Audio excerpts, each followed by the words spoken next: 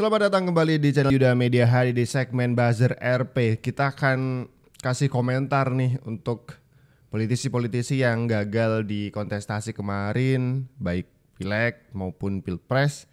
Nah, setelah gagal mau ganti peran apa nih?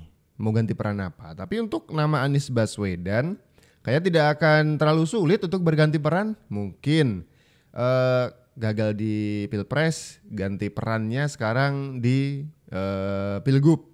Gak apa-apa. Atau di apa nih? Di pilwakot, gak apa-apa. Ya kan?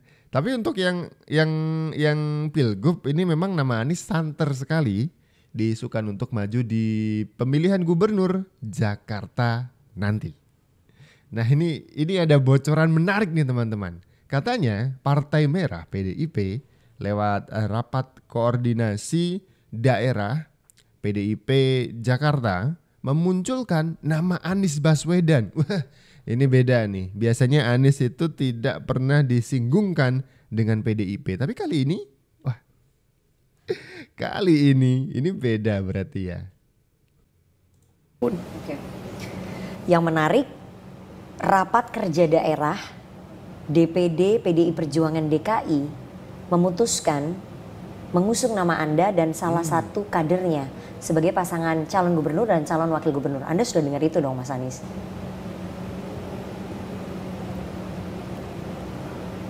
Maksudnya? Saya ulangi pertanyaannya, saya sadar Anda pasti juga sadar Anda sudah dapat informasi itu. Karena itu udah nyampe ke wartawan. Rapat kerja daerah DPD DKI Jakarta, PDI Perjuangan memutuskan nama yang diusung sebagai cagup dan juga cagup itu adalah Anies Rashid Baswedan, dan satu nama yang saya tidak bisa sebut namanya itu kader PDI Perjuangan. Anda sudah dapat informasi itu dong Mas Anies? Kita tunggu. Oh, itu gitu dulu. Kita tunggu.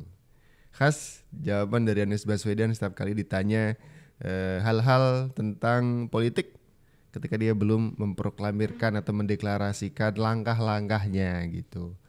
Ibarat kemarin setelah pilpres selesai kemudian ditanya apakah akan maju gubernur pilkada Jakarta, dia jawab juga kita tunggu. Sampai akhirnya beberapa hari yang lalu dia bilang saya sedang benar-benar sangat mempertimbangkan, benar-benar sangat serius mempertimbangkan untuk maju Jakarta lagi. Begitu. Pertanyaannya itu dijawab dengan cara-cara diplomatis. Dan ini nih baru nih. Ada rapat kerja PDIP Jakarta yang memunculkan nama Anies Rashid Baswedan untuk digodok dipasangkan dengan kader partai PDIP. Baru ini baru. Itu enaknya ini ya, orang tidak berpartai. Jadi dia bisa loncat ke sana kemari ganti warna. Kalau misalkan warna kuning PKS nggak terlalu cocok bisa ke merah. Cair sekali, seperti prinsip politik ya. Politik itu cair. Apa kemudian akan jadi memuluskan langkah? Karena politik kan ada tawar-menawar. Kalau misalkan satu partai dealnya nggak cocok bisa ganti ke partai yang lain. Itu mungkin salah satu cara memuluskan langkah politik. Nah, ini kemudian ketika nama Anies muncul, ada yang serta-merta siap menjadi lawan dari Anies Baswedan. Setiap bertarung lawan Anies Baswedan di Pilgub Jakarta. Yang ini dari jalur independen. Coba kita cek. Anies itu punya duit berapa dia? Kok berani duit capres? Kan gitu dia kan gitu. Oh, tetap kan, aja. Nah, Egy Sujana yang sedari dulu adalah pendukung fanatik dari Anies Baswedan. Kabarnya sudah pisah jalan ini. Dan Egy Sujana bersiap untuk maju ke Pilgub Jakarta 2024. Artinya kalau Anies juga maju, dia akan head to head dengan pendukung fanatisnya. Kalau Anies maju juga, kalau menurut saya itu namanya norak. Dengan Anies dukung Bang Egy Sujana aja lah. Iya, betul. Kenapa norak? Pakai harus ada definisinya yang jelas. Ya, norak itu artinya kemarin ente udah nyalonin presiden. Oke. Dicurangin. Iya. Diem pula gitu loh. Iya. Sekarang mau coba-coba maju pilgub lagi. Itu namanya apa kalau nggak norak gitu. Gini logikanya, yang se-Indonesia aja bisa dicurangi, apalagi cuma satu provinsi. Iya. Mendingan nih yang lain nih, apalagi Pak Anies Dukung Bang Egy aja. Ilmu sih Bang Egy nggak kalah sama Pak Anies sudah. Ilmu dia apa itu ini? kadernya Egy.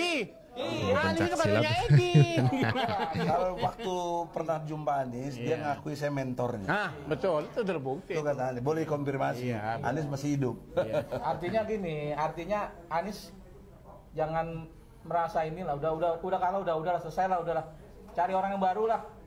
Yang berani gitu loh. Hari ini butuh orang berani, bukan butuh orang yang mencela-mencela gitu loh. Kalau menurut saya Anies selesai lah. Cari Gitu yang lain, Bang Egy Sujana lebih top, lebih berani. Allahu Akbar. Dukung Egy Allahu Sujana. Akbar. Ya.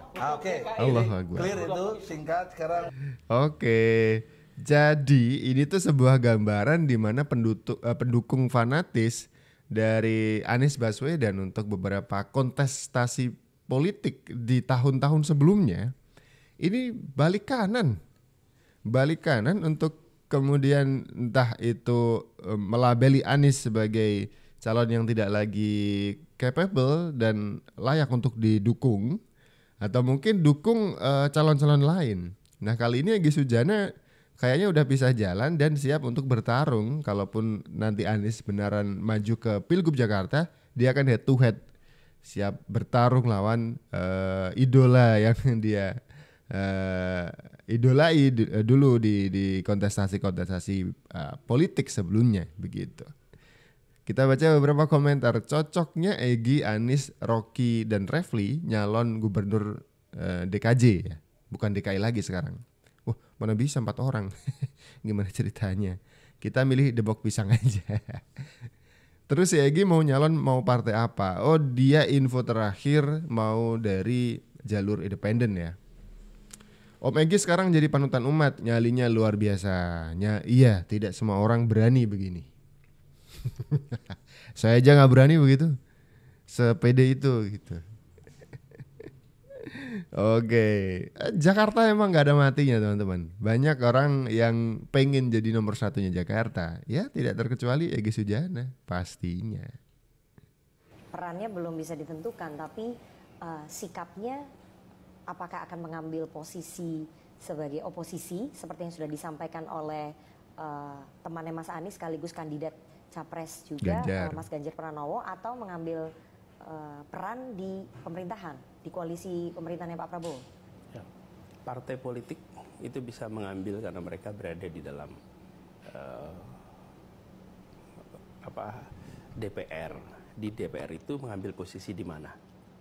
Tapi bagi warga negara itu bila ada yang perlu dikritisi ya dikritisi, bila ada yang salah ya dikatakan salah, karena sebagai warga negara di sini.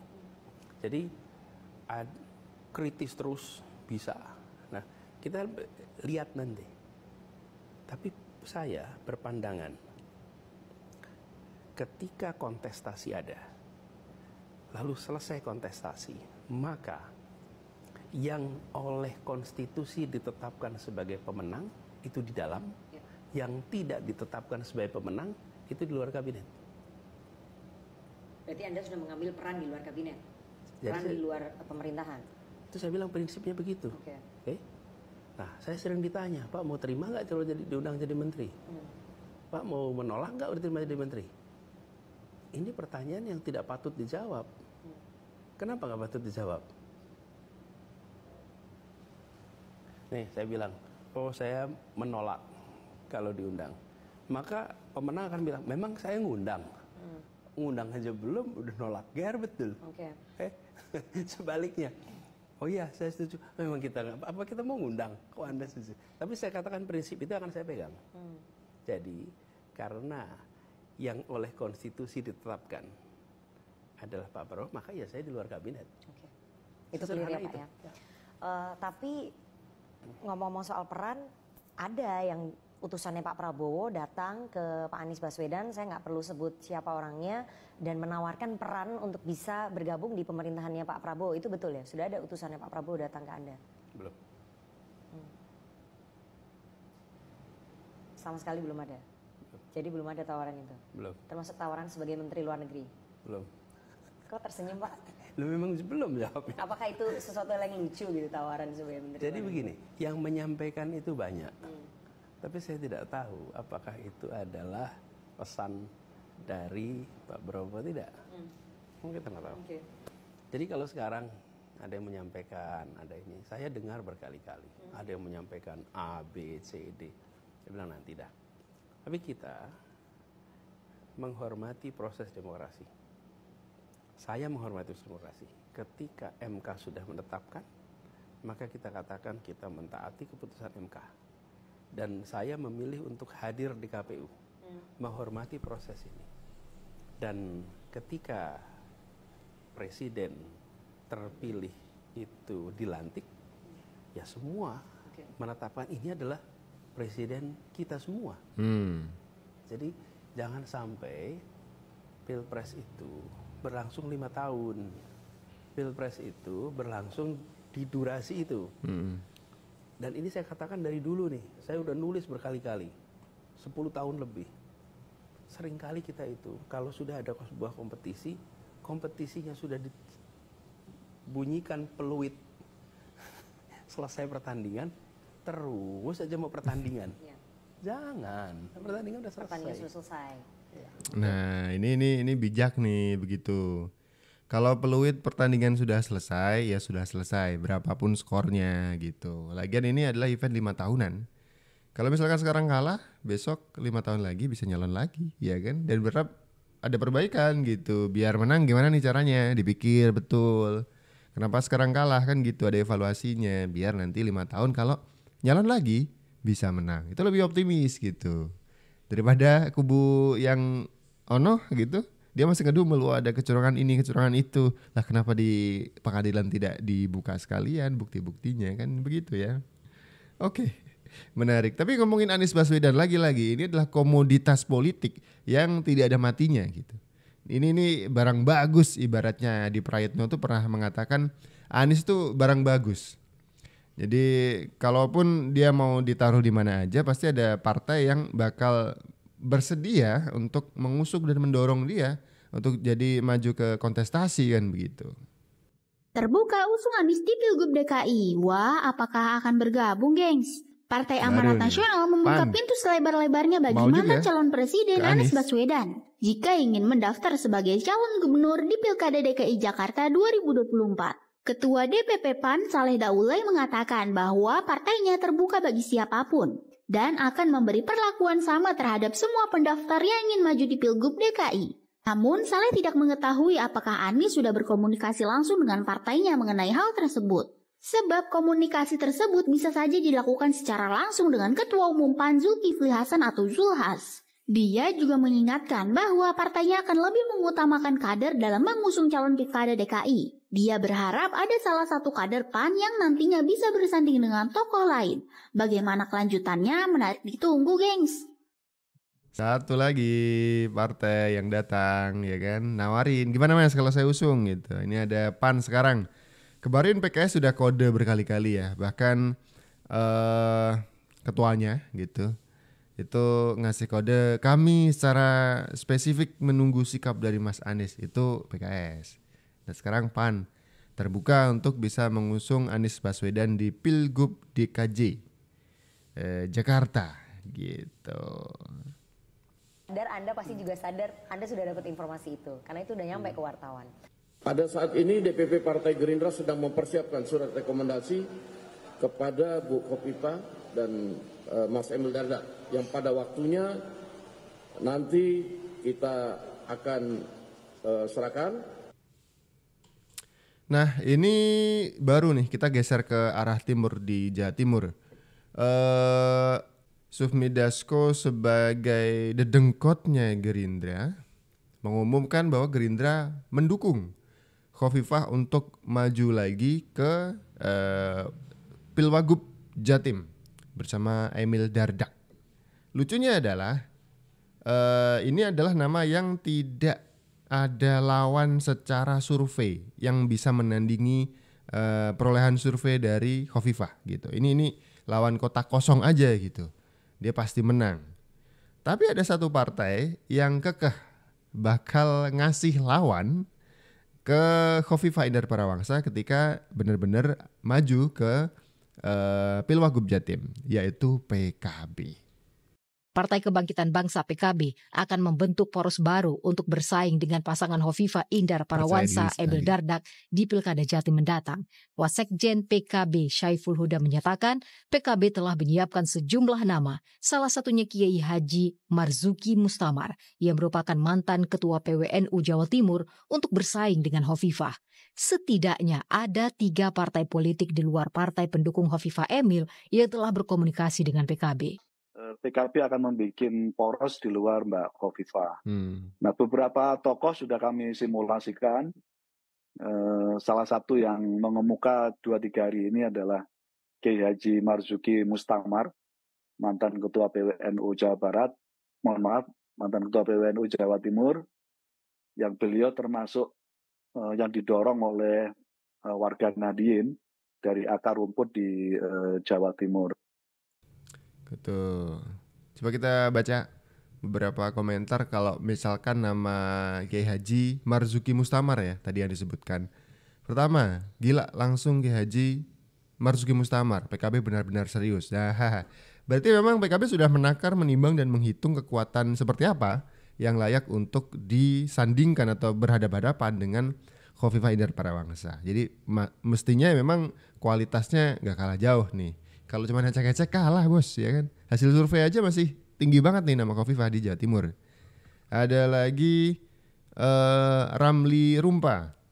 Akar rumput lagi, nggak ada lagi yang bisa dijual. akar dewa mungkin. ya nggak apa-apa. Namanya juga berargumen gitu. Ada alasan kenapa memajukan satu nama. Lagi-lagi ini nama Hovifah tidak ada lawan. Jadi kalau misalkan PKB benar-benar membuat poros baru yang akan jadi tandingan nanti untuk Hovifah Indar Parawansa, tentu saja tandingannya ini yang powerful dong, ya kan? Pasti sudah diperhitungkan soal itu. Kalau ngomong-ngomong soal figur politik yang powerful, ini ada nih yang bakal ibarat bola itu free transfer, yang bakal tidak terikat dengan partai lagi. Ini kita bukan ngomongin soal Jokowi atau Gibran ya, yang memang sampai sekarang tidak berpartai. Tapi ada satu lagi, tokoh politik yang akan tidak berpartai, isunya begitu, dan namanya itu begitu besar karena sudah malang melintang di dunia politik Indonesia sejak tahun-tahun, wah lama lah. Nih coba kita lihat videonya. Saya sudah 3 kali jadi menteri. Pernah 4 kali ditawari jadi ketua Mahkamah Konstitusi, 2 kali ditawari jadi duta besar, 1 kali ditawari menjadi hakim International Court of Justice di ICJ, International Court of Justice di Den Haag, dan saya menolaknya. Jadi ini bagi saya bukan persoalan jabatan. Ya, saya nggak berteori. Ya, saya sudah pernah selangkah lagi jadi presiden. Benar. Saya mundur. Ya, malah kalau saya ngotot pada waktu itu dan Amin Rais tidak melakukan manipulasi, saya presiden secara aklamasi. Setelah saya rela mengalah, memberi kesempatan kepada Gus Dur untuk menjadi presiden pada waktu itu. Jadi saya tidak berteori kalau saya mengatakan saya tidak terlalu cinta dengan jabatan. Jadi kalau kabar yang sudah beredar dan dikonfirmasi adalah Yusril bakal mundur dari ketum PBB. Itu benar dan sudah dikonfirmasi. Berita lanjutannya adalah dikabarkan Yusril bukan cuma mundur dari ketum PBB, tapi dia juga punya rencana untuk keluar dari partai yang sudah dia bidani untuk lahir beberapa tahun yang lalu. Sampai keluar loh. Kalau misalkan keluar, wah ini nama besar. Pasti ketika Yusril bisa dimajukan ke sebuah kontestasi, namanya pasti akan sangat bisa dipertimbangkan karena Yusril adalah salah satu nama politisi yang sudah pernah masuk ke bursa pemilihan presiden juga waktu itu ya.